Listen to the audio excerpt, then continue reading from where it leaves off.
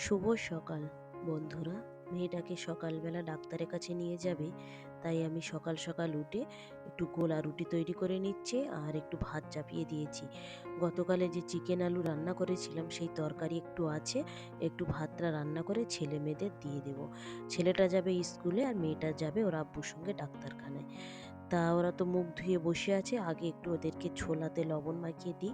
আর এই দেখেন ছেলেটার স্কুলের সময় হয়ে যাচ্ছে, তাও চুপ করে বসে আছে জামা কাপড় না পরে।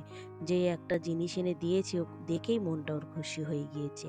নতুন জিনিস পেলে প্রত্যেকেরই খুশি হয়। এই দেখেন একেবারে পড়া শুরু করেই দিয়েছে।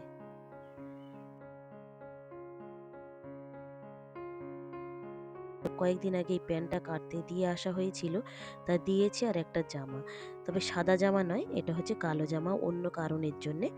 এটা এখন পরবে না, এটা রেখে দেবে। আর স্কুলে যেহেতু সাদা জামা আছে আর এই প্যান্টগুলো সব ছোট হয়ে গিয়েছিল বলে, তাই প্যান্ট একটা কাটাতে দেয়া হয়েছিল।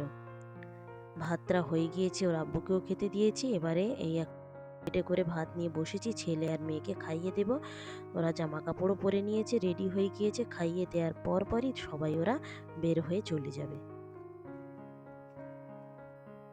সকাল 6:30 থেকে স্কুল হচ্ছে, কিন্তু আমি প্রত্যেক দিন সকালবেলা উঠে গরম ভাত রান্না করে ছেলেকে খাইয়ে তারপরে স্কুলে পাঠাই।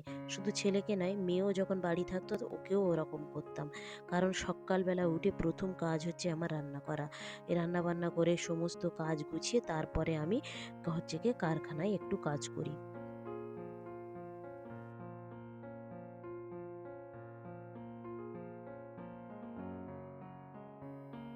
মেয়েটা চুপচাপ বসে খেয়ে নিচ্ছে আর ছেলেটা দেখেন হাত পা, মানে কোনো একটা জিনিস ওর থির নেই। দেখেন সারাক্ষণ মুখে খাচ্ছে আর হাতটা কি করছে দেখুন। যাই হোক, খাওয়ানো হয়ে গিয়েছে, এবার ছেলেকে আমি সম্পূর্ণরূপে রেডি করে দিচ্ছি। ও মেয়ে আর ওর আব্বু বের হয়ে চলে গিয়েছে, আর এবারে ছেলেটা স্কুলে চলে যাবে।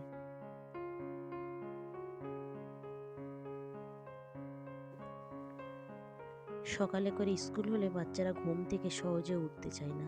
কারণ আমাদের তো রাতে শোয়াটা প্রায় 12:30 একটা বেজে যায়, আর এত সকালে ওঠা যায় না। ছেলেমেয়েরা সব ভাত খায়নি, কিছুটা নষ্ট করেছিল, সেগুলো ভেবেছি পুকুরে দিয়ে আসতে যাব বা মাছের দেব। আর এই দেখেন কে এসে খাচ্ছে। আর আমিও দাঁড়িয়ে দাঁড়িয়ে একটু ক্যামেরা বন্দি করে নিলাম।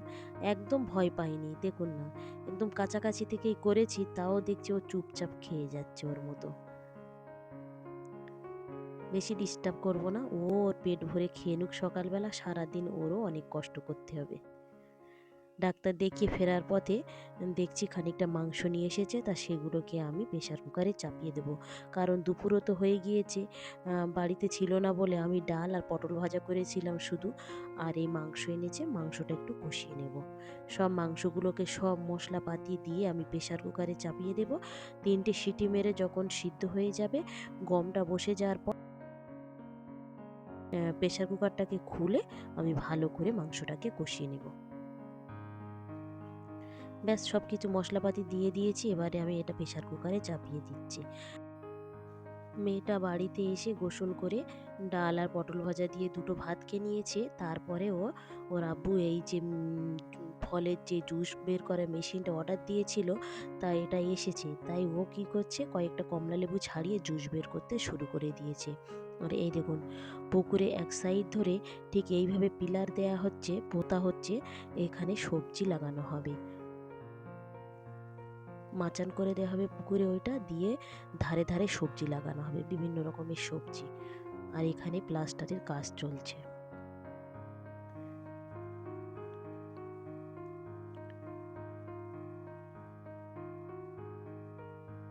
প্রায় চারিদিকে অনেকটাই কাজ হয়ে গিয়েছে, কারণ 6-7 জন মিস্ত্রিই কাজ করছে বলে অনেকটাই হয়ে গিয়েছে।